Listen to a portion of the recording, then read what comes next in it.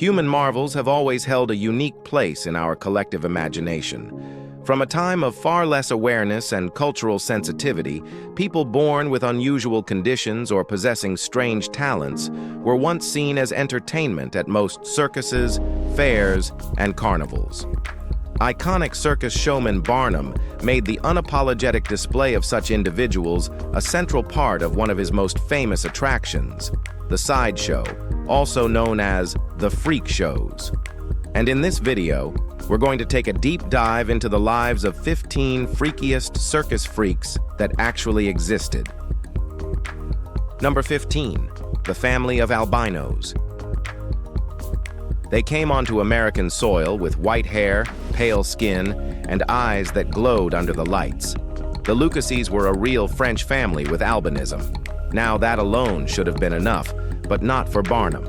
After seeing them in Amsterdam in 1857, he spun a new story. He told people they were Negroes from Madagascar who slept with their eyes open, then rebranded them as the wonderful Heliophobus family. It was exotic nonsense, and it sold out shows. Barnum brought them to New York and displayed them in his American Museum, where crowds lined up to gawk. The family toured for decades under various banners, from W. Coles to the Lemon Brothers. Antoinette died on the road, but her brother Rudolph continued solo, performing violin on vaudeville stages until he died in Kansas City in 1909.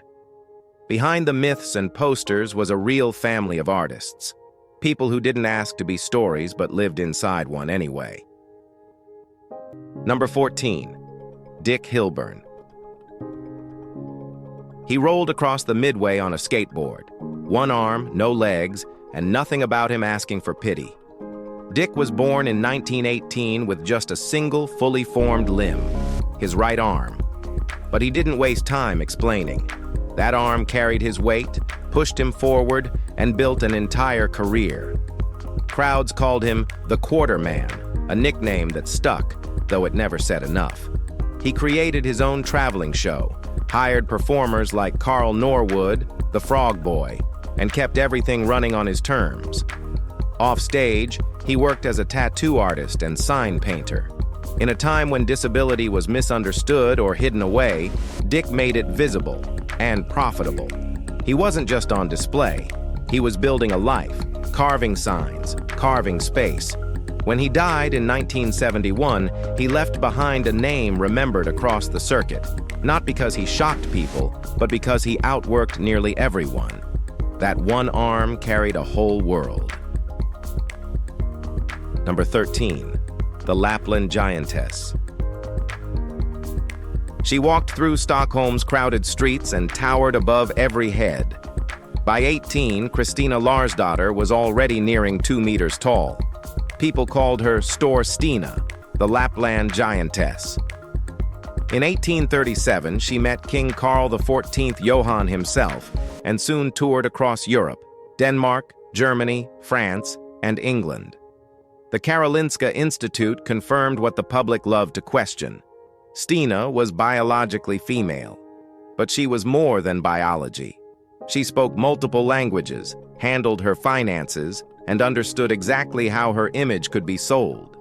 While touring, she paid off her family's debts and secured land for herself back home. Her height gave her an audience.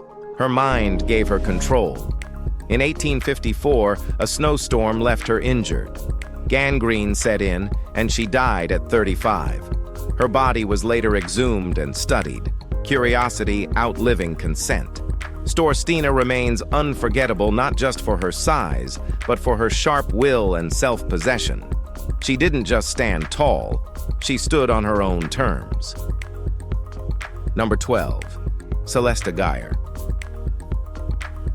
This lady was barely out of childhood when her weight passed 150 pounds, and by graduation, she'd crossed 300. But Celesta Herrmann didn't stop smiling. When her husband lost his job, a carnival offered her work, and she said yes. Billed as Dolly Dimples, Jolly Dolly, and the world's most beautiful fat lady, she embraced the spotlight. At 4 feet 11 and eventually 555 pounds, She headlined for Ringling Brothers in the 1930s and 40s. The crowds were constant. So were the jokes. Then, in 1950, a heart attack stopped everything. Instead of quitting, she changed. She went on a baby food diet and lost 443 pounds in just over a year. She wrote a book. She gave lectures. She rebuilt herself in front of the same public that once gawked. She lived 3 more decades, this time as her own voice. In 2014, decades after her death, Dolly was inducted into Coney Island's Sideshow Hall of Fame. Her legacy refused to disappear quietly. Number 11. Sophia Schultz. She stood quietly under the museum lights, short in stature with faint facial hair, soft around the edges. Sophia called herself a triple curiosity: dwarf, bearded lady, and fat lady. But really only the first held true. Her beard was barely visible, and she never reached the weight of the most famed fat performers. Still, she toured through the 1880s, her image appearing in New York, Boston, and Baltimore dime museums. People came looking for shock. What they found was subtler. Her face suggested a condition like hypothyroidism, possibly affecting her body and mind alike. There's little known about her private life, but her surname hints at German roots. Sophia never headlined, but she lasted. She survived off the public's relentless appetite for difference. Her story is one of quiet presence, not spectacle. In an era where even minor deviations became acts, she found a way to turn her body into her work, and she made a lot. Number 10. Alzoria Lewis and Johanna Dickens. Alzoria and Johanna performed side by side for decades, always introduced as sisters, even though they weren't related. Alzoria, born in Brooklyn in 1912, had shortened limbs, 6 fingers on each hand, and uneven toes. She crawled on all 4s and was billed as Turtle Girl or Walrus Girl, with promoters inventing Southern backstories that never happened. She married twice and sometimes performed under the name Alzoria Green. Beside her was Johanna Dickens, a dwarf born in the 1920s, known as the Bear Girl. Together, they became symbols of the sideshow's contradictions. Real women turned into living displays, human lives sold through paper banners and stage lies. From the 1930s through the 1950s, their strange pairing became part of Coney Island's permanent memory. Audiences came for difference, stared at deformity, and left thinking they'd seen something wild. But what stayed behind wasn't shocking. It was 2 women who stood there, night after night, because survival gave them no other choice. Number 9. Half man and half frog. In 1902, people in South Carolina claimed a half-frog man crawled from a lake, made a strange sound, and slipped back under the surface. It wasn't the first story like that, and sideshow promoters knew exactly what to do with it. In the late 1800s, Juno the Frogman, real name Campbell, performed in a full frog suit, hopping on stage to sold-out crowds. In 1903, Fairy the Human Frog arrived, twisting into impossible positions while wearing webbed hands. Some didn't even need costumes. In 1866, a French man with clammy skin, wide-set eyes, and an actual frog-like face was put on display.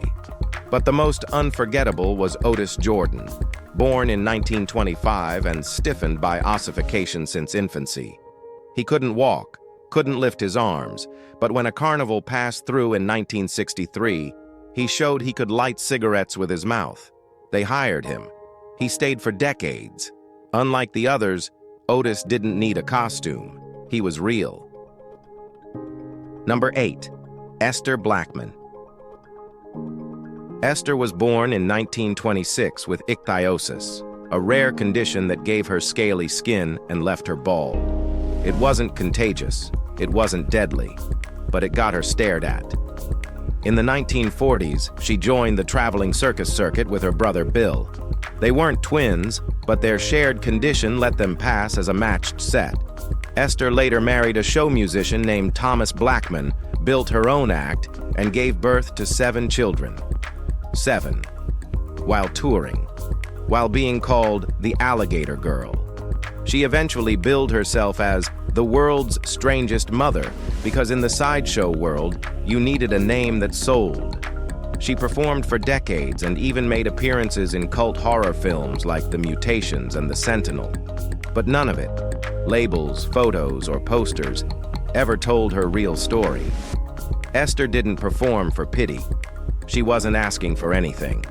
She just stood there, unbothered by the stare, and gave the audience something honest. Number 7, the Mammoth Lady. She stood still while a sketch artist from Currier and Ives drew her body in silence. That was 1849. Her name was Susan Barton, and she had just joined P.T. Barnum's American Museum. They didn't call her Susan. They called her the Mammoth Lady. She was said to weigh 579 pounds, with a waist that measured more than 7 feet around. Whether the numbers were real or made up didn't matter. People lined up either way. There are no interviews with her, no letters, no journals, and no memory of what she thought or felt. Just a poster and a sketch, copied thousands of times. She might have hated the job. She might have needed it. That's the part nobody ever cared to ask. All that was left was a name built for a headline and a body turned into measurement. People didn't remember her or her voice. They remembered just her size. Number 6, the original skeleton dude. John wasn't born thin. He was just an ordinary man in Pica until his 30s, when his weight started dropping for no reason. Year after year, he shrank until the only thing left to do was put it on stage. He performed first as the Ohio Skeleton, then as the Skeleton Dude. He wore black suits, posed for postcards, and played the part well. He even married fat ladies on stage as part of the act, then went home to his actual wife, Mary. In 1889, he joined Barnum and Bailey, toured Europe, shook hands with royalty, and smiled for cameras. But after a spinal injury, the weight returned, and the spotlight vanished. He tried palm reading. Nobody cared. He died in 1916, broke and forgotten, while his imitators kept making money. But John was the first to turn his own body into a headline. Long before the other freaks, he made thinness a performance. Number 5, Angelo Rosito. Angelo stood just 2 feet 11 inches tall, but never once played small. Born in 1908, he didn't rely on sideshow gimmicks or pity acts. He carved out a film career that spanned over 60 years. He played monsters, guards, aliens, elves, henchmen, sometimes hidden under layers of makeup, sometimes as himself. Over time, audiences just knew the face. He used different names, Little Mo, Angelino, and Angelo, but his presence never changed. He debuted in The Beloved Rogue beside John Barrymore and went on to star in cult hits like Spooks Run Wild, Dracula Versus, Frankenstein, and Mad Max, Beyond Thunderdome, where he played Master. He also worked at a newsstand in LA and appeared in kids' shows like HR Puffinstuff and Lidsville. Angelo never needed a label. He had work. He had range. He had screen time. When he died in 1991, he didn't leave behind a sideshow story. He left behind a body of film and a legacy all his own. Number 4, Fanny Mills. Fanny Mills had no interest in fantasy, but the circus world gave her one anyway. She was born with Milroy's disease, a rare condition that caused extreme swelling in her legs and feet. Her shoes? Size 30. By 1885, she was traveling across the U.S. as the Ohio Bigfoot Girl, and people paid to see her 19-inch feet. But the real money came from the backstory, a totally fake one. Promoters said Fanny's dying father had promised $5,000 and a farm to any man who'd marry her. Suitors lined up. Some believed it. What they didn't know, her father was long dead, and she was already married. The whole dowry drama was a fabrication. Fanny wasn't desperate. She was smart. She used the sideshow's appetite for cruelty and flipped it into cash. Audiences came expecting tragedy, What they got was a woman who understood the business better than they did and didn't mind letting them think she was the joke. Number 3. Count Orloff. He walked into the tent like a ghost, thin, pale, and almost see-through. Ivanow Vladislaus von Giarsky-Orloff, known on stage as Count Orloff, was billed as the transparent and ossified man. Born in Budapest, he lived normally until 14, when illness left him frail, translucent, and in constant pain. He relied on opium to cope. His skin looked like glass, veins and arteries visible beneath. Some claimed you could read a newspaper through his chest with the right lighting. Whether his bones had truly hardened remains unknown, but the image stuck. He didn't hide from it. He built an entire show around it. Later, he ran his own exhibit, promoted himself as an anatomical wonder, and sold curiosity by the hour. Weak in body, strong in presence, he remained an eerie constant for years. Count Orloff wasn't just a man with strange skin. He was a full illusion, carefully built on truth, discomfort, and the lingering feeling that you weren't quite seeing all of him. Number 2. The Matina brothers. They were tiny, just 32 inches tall, but always moving. Leo Matina and his twin brothers, Bella and Matthäus, aka Mike and Ike, were born in Hungary to John and Maria Matina. As kids, they were found by promoter Carl Schaffer and toured the world before reaching the U.S. in 1917. They joined Ringling Brothers and performed at Madison Square Garden. During World War I, they sold war bonds dressed in full uniform. Later, they found their way into film, playing Munchkins in The Wizard of Oz. Some say they inspired Disney's dwarves in Snow White. Eventually, they settled in Suffolk, Virginia, and became legends in their own right. Mike died in a car crash in 1954, Ike of a heart attack in 1965, and Leo in 1975. Their size never limited them, and they didn't vanish into footnotes. These brothers stayed visible, on stage, on screen, and in memory, proof that presence doesn't come from height. It comes from movement. Number 1. Rudy Santos, the Octoman. Rudy Santos never asked to be called Octoman, but the name stuck. Born in 1953, he lived with one of the rarest medical conditions ever recorded, a parasitic twin fused to his body. An extra leg hung from his side. So did 2 arms, shoulders, nipples, and part of a head, complete with hair and 1 ear. His own right leg twisted so badly that he needed crutches. In the 1970s and 80s, Rudy toured heavily, performing across the Philippines. In 2008, doctors offered surgery to remove the remnants, but he declined. He couldn't afford it, and emotionally, he wasn't ready to let go. As the crowds faded, so did his public appearances. He pulled back, lived quietly. In 2023, Rudy died from a stroke. He was survived by his great-niece, Emma Leftwich. He remains the longest living person ever recorded with his condition. If you enjoyed this video, please like, share, and subscribe. Thanks for tuning in, and we'll see you very soon.